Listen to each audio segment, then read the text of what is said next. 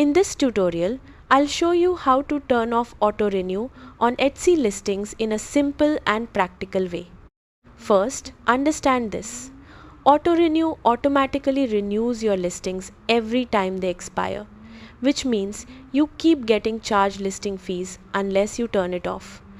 Now, if you want to turn off auto renew on your Etsy listings, here's what to do. Start by logging into your account on Etsy and opening your shop manager.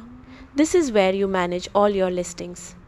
Next, go to your listing section and open the listing you want to edit. After that, scroll to the renewal options inside the listing details. This is where you control how the listing renews. Now, change the renewal setting from automatic to manual. This will stop Etsy from renewing the listing automatically.